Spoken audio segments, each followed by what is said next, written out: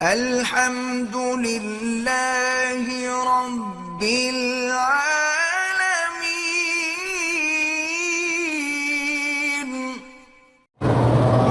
جب حضور کا نام آئے تو انگوٹھے چومنا جو ہے بدعت ہے، اس کا نہ قرآن سے تعلق ہے نہ حدیث سے۔ قرآن بھی حکم دیتا ہے کہ میرے مدنی پہ صلو علیہ وسلم تسلیما، اللہم صلی علی محمد وبارک وسلم۔ اور حضور نے بھی یہی حکم دیا ہے کہ من صلی علیہ واحدا صلی اللہ علیہ عشرا، جو مجھ پہ ایک دفعہ درود بھیجتے ہیں اللہ ان پہ 10 دفعہ رحمت نازل فرماتے ہیں۔ کسی حدیث میں نہیں، جو ایک دفعہ انگوٹھا چومتے ہیں تو پھر اللہ کیا بھیجتے ہیں؟ یہ تو بدعت ہے، لوگوں نے رواج بنا رکھا ہے۔ انا للہ و انا الیہ راجعون۔ قرآن پاک نماز میں پڑھا کر پیسے لے، ایک ہے کہ امام کی تنخواہ یا مدرس ہے قرآن پڑھانے والا تنخواہ لینا جائز ہے۔ پہلے زمانے میں تو بیت المال تھے، ان سے ملتا تھا، اب وہ کہاں سے کریں؟ چوری کریں؟ یہی تو ہے نا، جب تم مولویوں کو پیسے نہیں دیتے ہو، انہوں نے بھی تمہیں الحمدللہ لگا دیا لائن پہ۔ تیسرے دن کل شریف، پھر 7 جمعرات شریف، پھر کل شریف، اتنے میں انشاءاللہ اور شریف ہی تو مر جائے گا نا۔ انہوں نے بھی ٹھیک ٹھاک بدلا لیا ہے تم سے۔ ایک آدمی سعودی عرب میں 15 سال پڑھ کر گیا ہے، فرض نماز کے بعد ہاتھ اٹھا کر دعا کرنا، میرا بھائی دعا ہاتھ اٹھا کے ہر فرض نماز کے بعد دعا کرنا جو ہے یہ حضور پاک نہیں کرتے تھے۔ دعا مانگتے تھے لیکن ہاتھ نہیں اٹھاتے تھے۔ لیکن دوسری حدیثوں میں ہاتھ اٹھانا بھی ثابت ہے، تو اس لیے حل یہ ہے کبھی اٹھا دیا کرو کبھی نہ اٹھایا کرو تاکہ بدعت نہ ہو۔ ہم تو خیر وہاں 3 دعائیں مانگتے ہیں۔ وہ کسی کا نماز جنازہ بھی نہیں پڑھتا، کہتا ہے یہ سارے مشرک ہیں، ماشاءاللہ اللہ نے اس کو محروم کر دیا ہے۔ اللہ کلمہ پڑھنے والا ہے، اللہ جانے اس کا کام جانے۔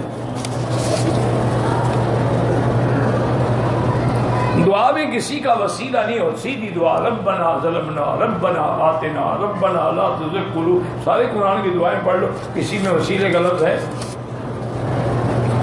ہمارے ہاں ایک معروف شخصیت ہے، پیر صاحب ہیں، مسئلہ پوچھا جو دعائیں پڑھی جاتی ہیں مجھے نہیں آتی، نہ ہی مجھے درود پاک آتا ہے، کچھ بھی نہیں آتا، کیا کروں؟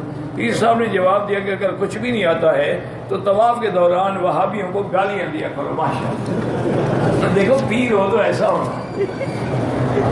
انا للہ و انا الیہ راجعون۔ یہ کیسا مسلمان ہے جی جس کو درود شریف بھی نہیں آتا، نماز بھی نہیں آتی، اللہ کا نام بھی نہیں آتا، پھر ہے کیا؟ پھر طواف کرنے کیوں آئے گا؟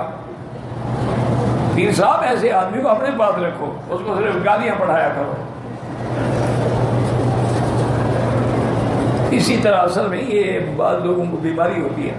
مرزا قادیانی میں ایک دفعہ غصے میں آیا نا تو کتاب میں لکھا تمام اہل سنت کے، حنفی ہیں، شافعی ہیں، مالکی ہیں، حنبلی ہیں، اہل حدیث ہیں، تبلیغی ہیں، اس کے بعد آگے لکھا لعنت لعنت لعنت لعنت لعنت لعنت لعنت لعنت، وہ سارا کتاب میں لکھا ہوا۔ سعودت شاہ جی فرماتے تھے کہ یہ اس کا وظیفہ تھا، اللہ نے اس کے مقدر میں درود ہی رکھا، لعنت ہی لکھی، اس لیے اس کی زبان سے نکلتی ہی لعنت تھی۔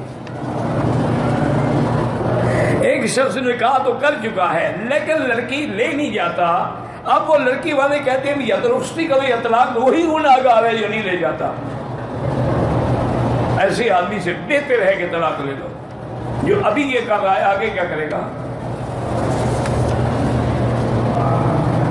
حضور پاک کی حدیثوں میں رفع یدین کرنا بھی ثابت ہے اور نہ کرنا بھی ثابت ہے، تو اس لیے دونوں حدیث پہ عمل کر رہے ہیں، لڑائی کی ضرورت نہیں ہے۔ وتر عشاء کی نماز کا وتر واجب ہے، بالکل، حصہ کیا مانا؟ عشاء فرض ہے، وتر واجب ہے۔ حضور پاک وتر بھی پڑھتے تھے اور دعائے قنوت بھی اس میں پڑھتے تھے۔ باقاعدہ کوئی حدیث کی کتاب کھولو، ساری حدیثیں پڑھ لیا کرو، پھر تمہیں کسی پر اعتراض کرنے کا موقع نہیں ملے گا۔ اگر ہینڈ بیگ میں جو ہمارے ہاتھ میں تھیلا ہے قرآن ہے، حمام میں نہ لے جاؤ، باہر رکھو۔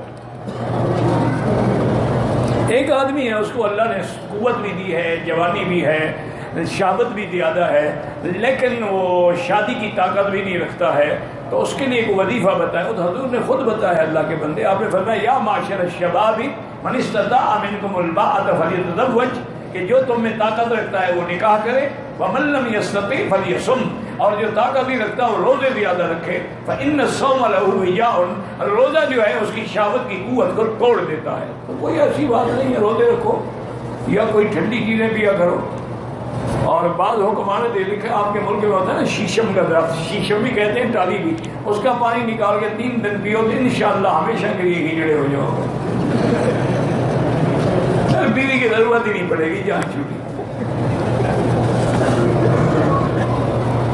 اگر حافظہ کمزور ہو، ایک تو گناہ کرنا چھوڑ دے، اور دوسرا اللہ کا نام ہے یا قوی یا متین، یا قوی یا متین، یہ زیادہ پڑھ کے دعا مانگا کرے.